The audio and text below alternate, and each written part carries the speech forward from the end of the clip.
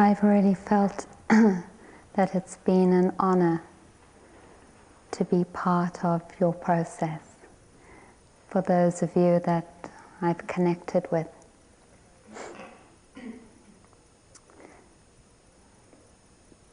It's really very touching and deeply inspiring to share the special process of opening, to be part of it. Not so common.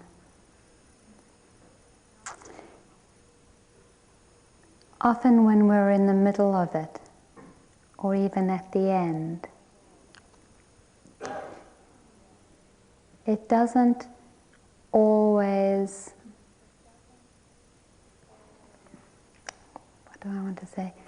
We don't always see the reflection of how beautiful a process it is that we're involved in here. And so, as someone who can help reflect back to you, I want to reflect back to you what a deeply touching experience it has been for me to be part of the opening and to share it with you. It really felt very beautiful to me.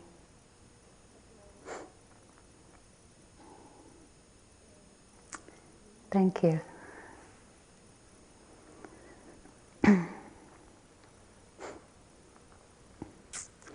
So what I want to say is in honor of the opening and the process that we've experienced all together as a community.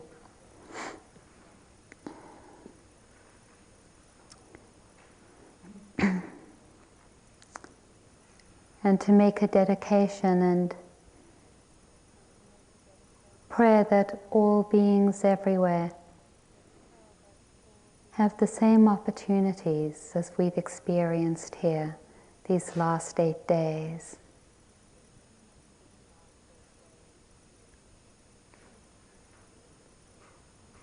To come to touch themselves.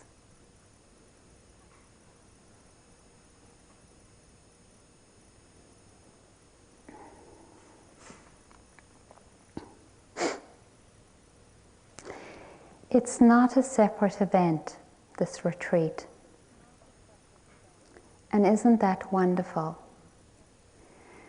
It would be very weird if it was just a separate event, totally unrelated to everything else in our life. But it's not.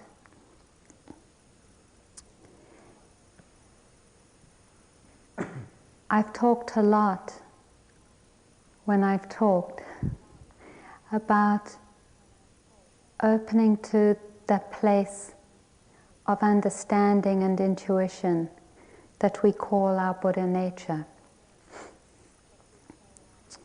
We've talked about opening into that unity of being, the ground of being, of awareness and non-duality.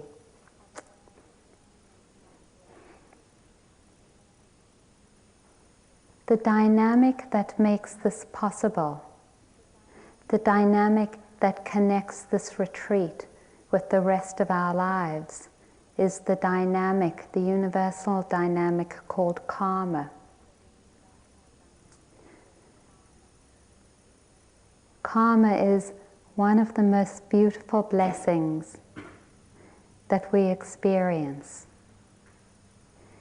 Think of how totally chaotic and incomprehensible this world would be if there was no relationship between cause and effect. But there is. There are relationships between cause and effect. We can put the kettle on the stove and turn on the stove and the kettle gets hot. It would be very weird if sometimes it didn't. It would be very strange if we ate food and weren't able to absorb it.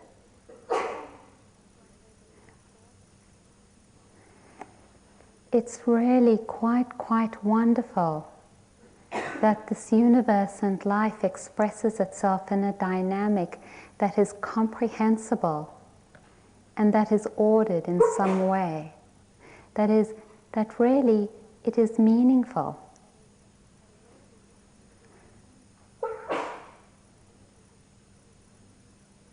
Karma is about this meaning. Like gravitation and the law of gravity, it is not about good and bad, but an expression of this particular universe.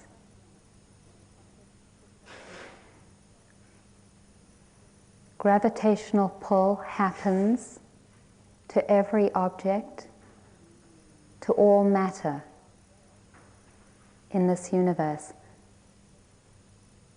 All matter in this universe experiences the law of karma as well. Karma is about action and result, particularly intentional action and result, through speech, through body, and through mind.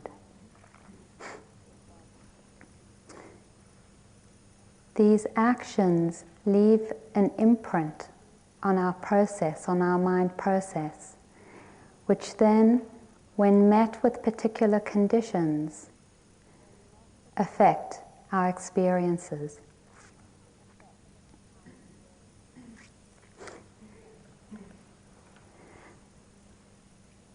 How wonderful that actually what we do has an effect, that we will experience the repercussions of our actions, our intentional actions.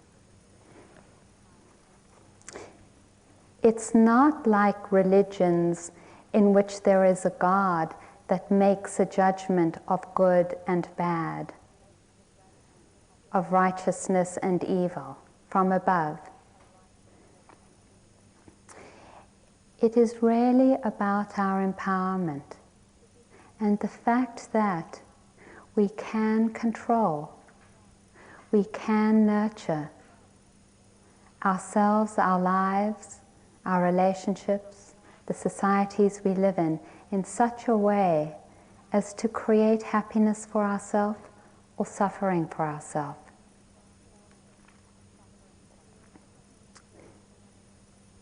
It's not a direct and linear relationship, although sometimes we directly experience the consequences of our actions. The Buddha said, "According to the seed that is sown, so is the fruit that you reap. The doer of good will gather good results. The doer of evil reaps evil results. If you plant a good seed well, then you will enjoy the good fruits." And in the Dhammapada, whether it was good or bad, the power of any action once performed is never lost. The results arise accordingly. Good here, in the sense, means what will bring us happiness and others happiness. Evil, in this sense, means what will bring about suffering.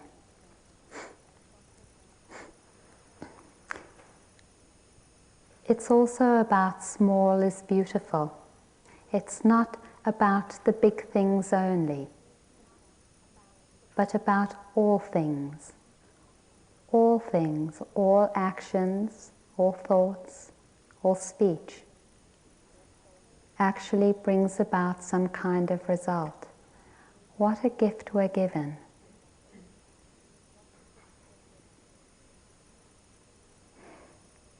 The gift demands, unquestioningly, that therefore we have to take responsibility. For if we are creating all the time, then we ask ourselves, what are we creating? What are we creating? What kind of lives are we living?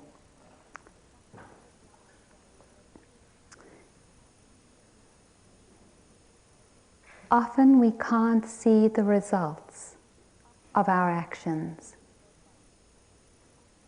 Often they're obscured. Often we're caught in the middle of storms. And so the Buddha gave us the precepts as a way to help guide us, as a way to help us envision how to live our lives in such a way that we can continue to nurture the ground and sow the seeds for our happiness. He said, here is the law that operates. Here is the possibility for opening to and reaching, allowing ourselves to experience our full potential. Here is the law of karma. And now, here is some structures, here are some guidelines to help you in your visioning process of how this can come about. Some of that we've been talking about, contained in right understanding. We've been talking about the hindrances that might obscure this understanding from us. We've talked about self-doubt. We've talked about the 3 characteristics.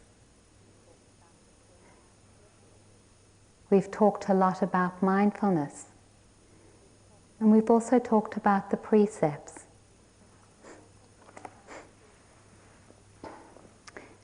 In the 4 Noble Truths, the 4th Noble Truth is really about the vision, the guidelines for the visioning of this process of living karma consciously, right understanding and right thought. We've talked about the meditation practice and how important mindfulness is. We haven't spent so much time talking about precepts or morality. And that's what I want to do tonight a little bit. I took a master's degree in organizational development. And one of the things that really grabbed me was strategic planning. Strategic planning was a process to help organizations become more effective. It was to plan for the future, kind of like organizational karma. And the most important part of it was the visioning part. It's been understood that unless you have a vision, how do you know where to go? How many of us have spent a lot of time thinking through what our vision is? How do we know where we're going without it? What are our guideposts along the way? It really hit me several months ago as I was talking to my friends. Wow, I really haven't spent a lot of time reconnecting and really fleshing out a little bit what my vision is. It sort of seemed a little hodgepodge, a little bit from some of my early Marxist days, some from my feminist days, some from the Dharma, and sort of scattered, and there certainly was some sense, but it wasn't terribly coherent.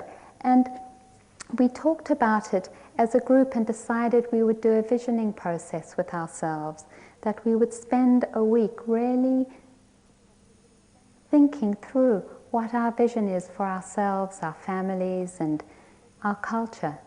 It was really a wonderful process. It was a really wonderful process, and it definitely streamlined the energy. It helped clear and clarify my intentions and my actions and what I wanted to manifest. So those working in organizational development say, you have to have a vision. to know where you're going to go. And you also have to have the means to get there.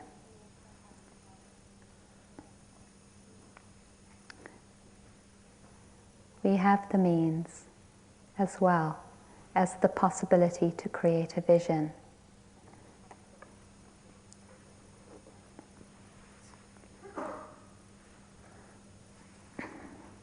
Let's make use of it, especially as we leave this retreat. Let's take the opportunity to reconnect with ourselves and our visions of how we would really like to live our lives.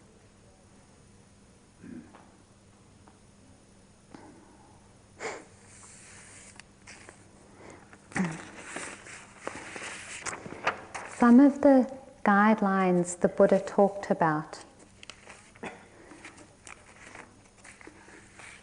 were in the 5 precepts of non-harming, not stealing, freedom from creating harm through sexuality, right speech, and refraining from abuse of intoxicants.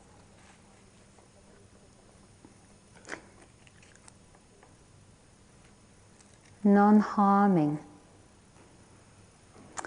is about our relationship to ourselves and in our whole life and all life everywhere. It is saying harming does not bring about our happiness. Anything, harming anything, actually in some way or another will bring about some suffering. This means little life like ants and flies and mosquitoes, as well as people and trees, birds, the waters and the oceans. In a way, everything falls under non-harming.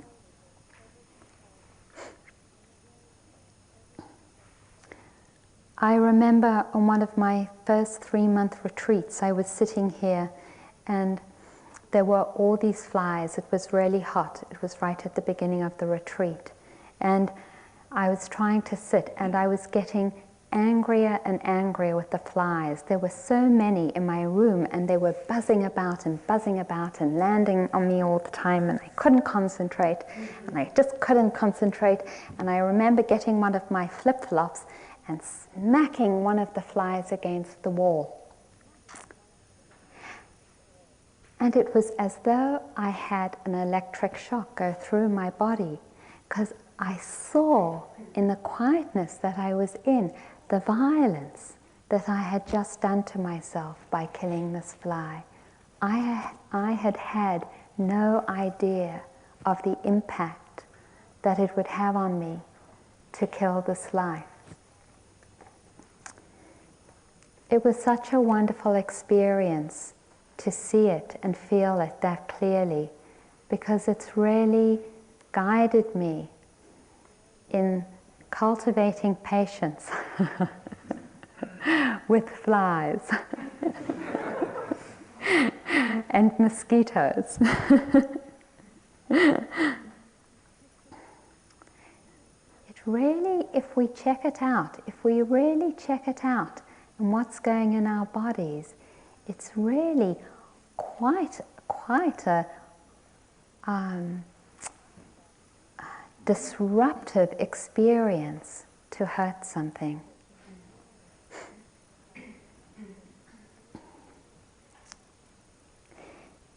We can talk about non-harming generally, and then we can become a little more specific. And there are countless ways we can become specific.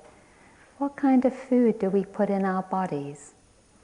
Are we careful about honoring our bodies as life and about putting in healthy food?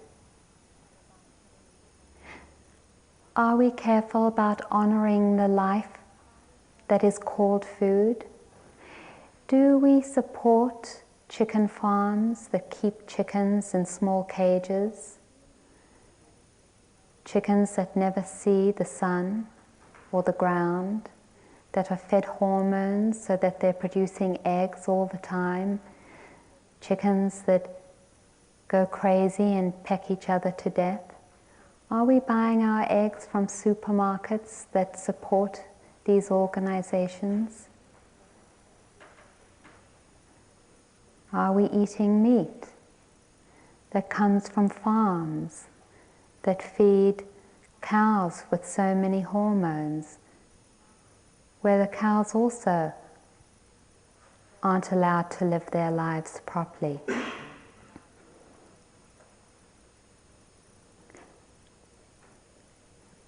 What kind of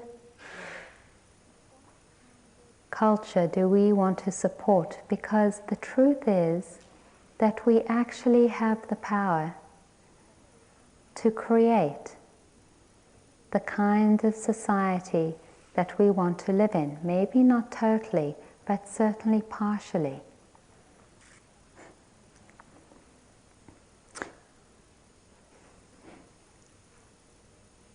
Are we unconsciously supporting the harmful dynamics of racism, of homophobia, of sexism? Tremendous, tremendous harming goes on.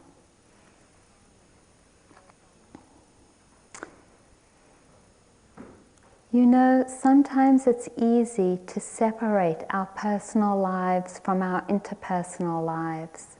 And sometimes it's easy to separate our interpersonal lives from our social lives. But each one of us living here lives our life personally. We live our life in relationship, interpersonally, and we live our life socially. We live our life in society. And we create relationships on all three levels.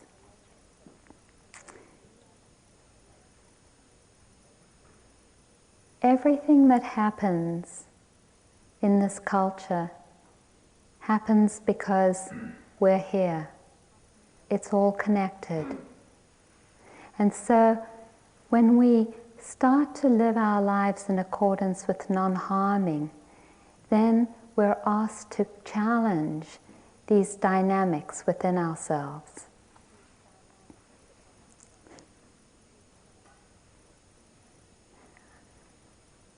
I know that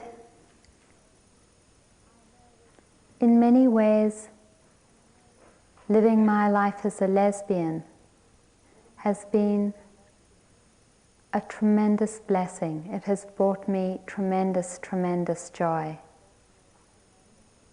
And also, there's a lot of ways where it's quite painful. My relationship isn't acknowledged by the society. I can't get married.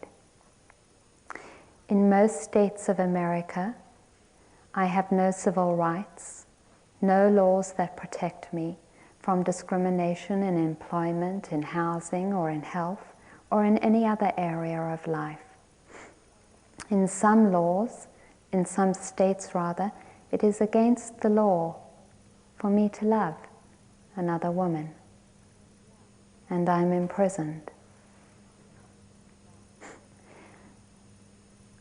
Often I don't have custody of my children. And often I'm subject to quite a lot of violence.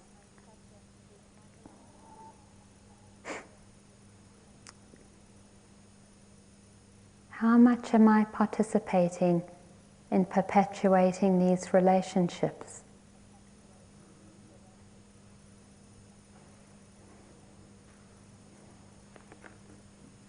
It's not about guilt, because guilt says I'm powerless. It's about looking at how I create happiness for myself and for other beings, and where I'm actually participating, albeit unknowingly, in maintaining harmful relationships in this society.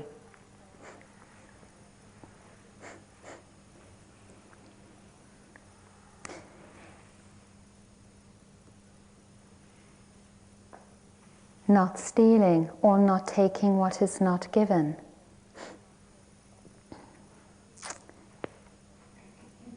Again, can I become conscious of the ways that I live my life and the choices I make? Do I sometimes drive my car alone when I could share it? Because I want that kind of independence, when I know how sacred and special fuel is. We killed, as Jack said the other night, thousands and thousands of children to have the privilege to drive the amount we drive. How am I using public transportation? What is my relationship to energy? What is my relationship to water? When I wash my dishes, do I keep the water faucet on, flowing, while I wash and rinse, and still have it flowing while I pick up the next plate? Am I damming up the last of the wild rivers?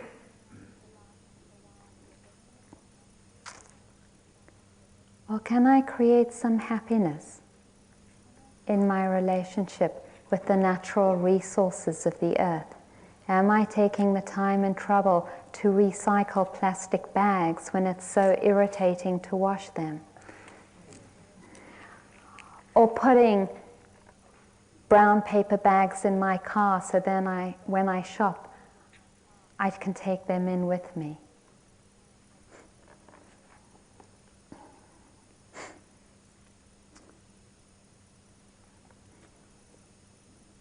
Do I need to buy as many new things as I buy? Can I buy second-hand things instead? Second-hand clothes, second-hand computers, second-hand cars. Can I start to live my vision of an earth and her peoples in balance? Can I believe that I do make a difference? Can I really open to the law of karma?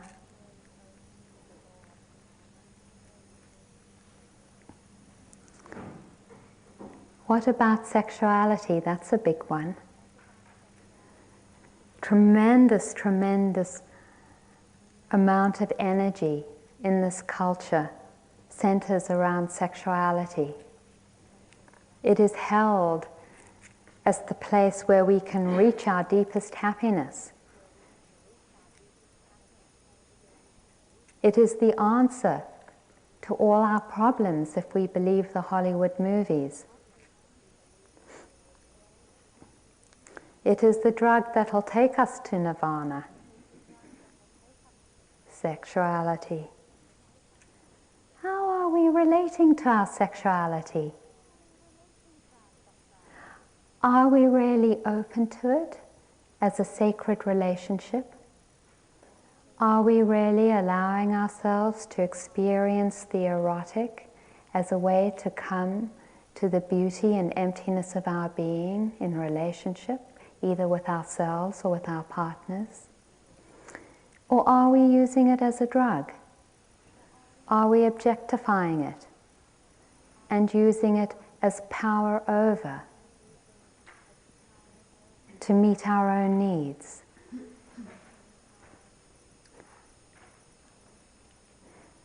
One woman is raped every minute of the day in this world.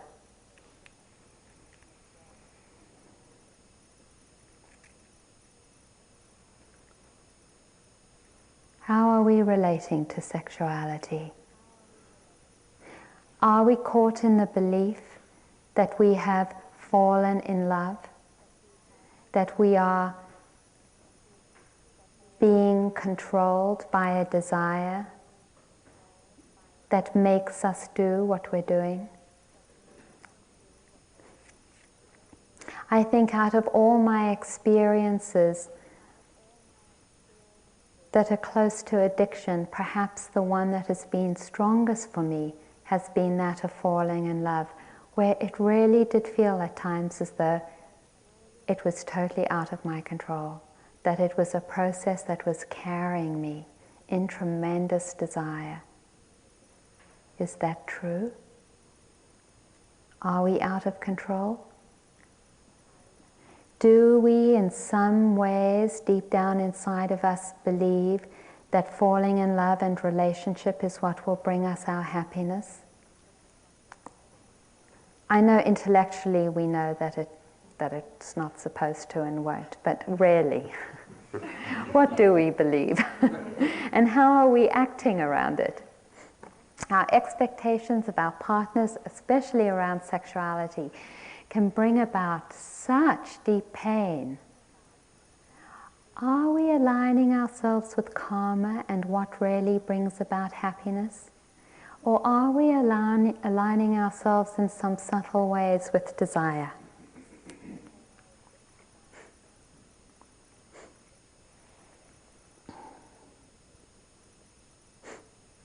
Speech is another one.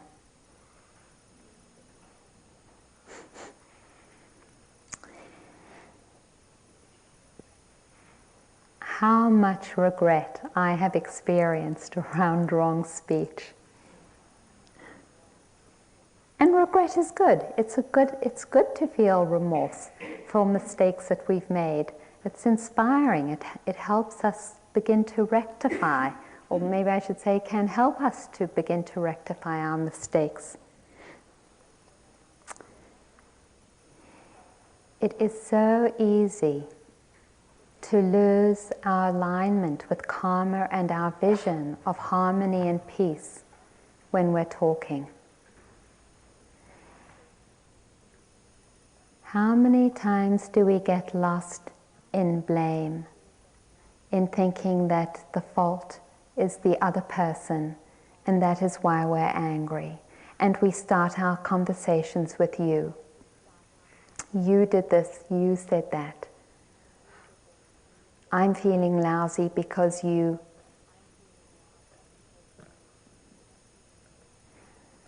How often are we inspired by our vision of healing to start from an I place, to really come into relationship with all those forces and energies that are inside of us, to come into relationship with it, and so to heal by starting from an I place. I am feeling, I think, this is what I need right now.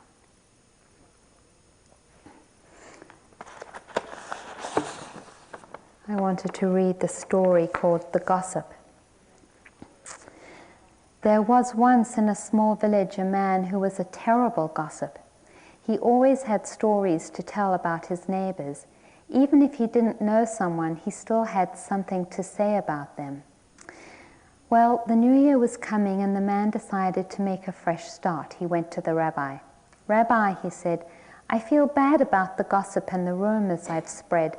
I really want to make amends. Please tell me what to do to atone. The rabbi thought for a minute and then he said, I'll tell you what you must do in order to put right the damage you've done, but you must follow my directions exactly. No questions. Do you understand? I promise, Rabbi. I promise I'll do just what you say. Good, said the rabbi. Now go to the market and buy a fresh chicken. Then bring it here to me as fast as you can. But mind, warned the rabbi, that you pluck it absolutely clean. Not a single feather must remain. Well, the man could not imagine what the rabbi wanted with the chicken, but he'd promised not to ask questions, so off he went as fast as his legs could carry him. He got to the market, purchased the best chicken he could find, and started running back to the rabbi's house, plucking off the feathers as he ran. Furiously, he plucked until he got to the rabbi's door. Not a single feather was left. Out of breath, the man handed the chicken over to the rabbi, who turned it over and over until he was satisfied. Then he turned to the man and said, Now bring me all the feathers. But Rabbi, gasped the man, How could I do such a thing? The wind must have carried those feathers so far. I could never find them all. That's true, said the rabbi, and that's how it is with gossip. One rumor flies to many corners, and how could you retrieve? Better not to speak gossip in the first place. And he sent the man to apologize to his neighbors and to repent.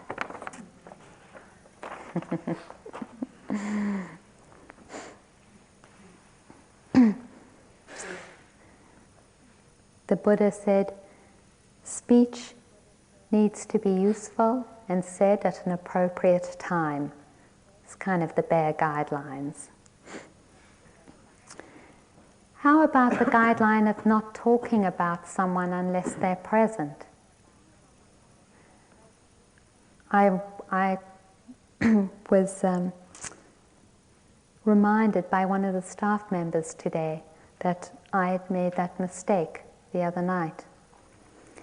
And I really appreciated her coming up to me and saying that she had felt uncomfortable. It's really wonderful when we can support each other this way. You know, to say things that we know aren't quite supportive in bringing about harmony, and to support each other to keep in alignment with this. Not saying negative things that are useless. Are we actually disempowering people by saying negative things about them when it's not really being helpful, it's not being useful?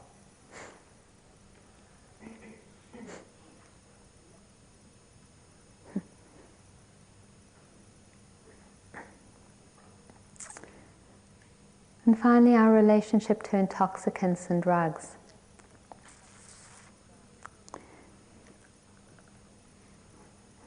Intoxicants cloud our minds. Sometimes, being someone who really loves a good glass of wine, I used to weigh the pros and cons and say, you know, I'm on vacation or this or that, I'll just have a little glass of wine. For me, what happened is, as I started to drink less and less frequently, I started to feel what alcohol did to me and how irritable I would become afterwards. And I started to see, wow, it's really not worth it. It's not worth the taste. I can let it go. And now it's been such a blessing in my life. It really is, as I see people struggle with right relationship to mind-altering substances, to be free of having their influence on my mind. See for yourself what's right for you. Where really is the healing for you if you have an active relationship with mind-altering substances? What is your healing?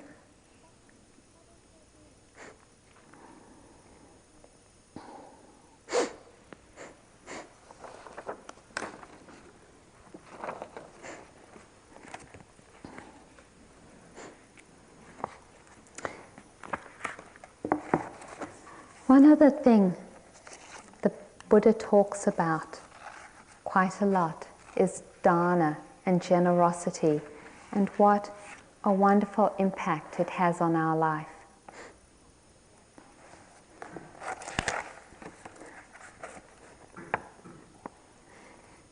This evening after the concert, I saw these two prostitutes on the corner talking with this street crazy, this bag lady. And I actually stopped to watch them, even though it had begun to rain. And I remembered something I think it was Kafka wrote about having been filled with a sense of endless astonishment at simply seeing a group of people cheerfully assembled. I saw this young man go up, obviously from out of town, and he asked them, "How do I get to Carnegie Hall?" And the bag lady said, "Practice." And we caught each other's eyes, the prostitutes, the bag lady, the young man and I. We all burst out laughing.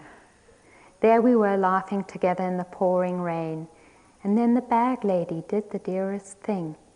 She offered me her umbrella hat. She said that I needed it more than she did because one side of my hair was beginning to shrink.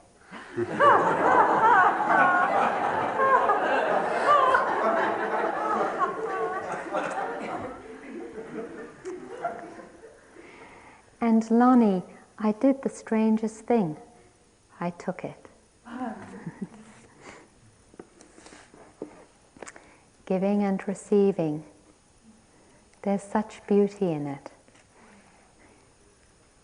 One of the major dynamics in creating this vision of healing and wholeness for ourselves. The mechanism that enables all this to take place, this healing, the seeing, of course, is to be present, is to be mindful. It's why we're here on retreat. And that's the connection. This retreat is not separate from what we do when we leave here. It's about it. It's about taking the time to bring about the process of being present so that we can begin to create our vision. We can begin to see more carefully those actions that bring about healing, happiness, and those actions that bring about suffering. This retreat is central to our lives and our hope for healing.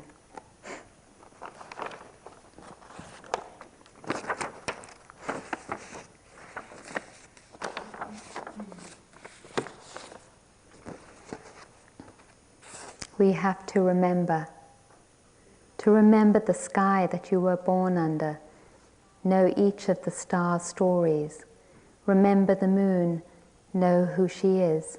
I met her in a bar in Iowa City.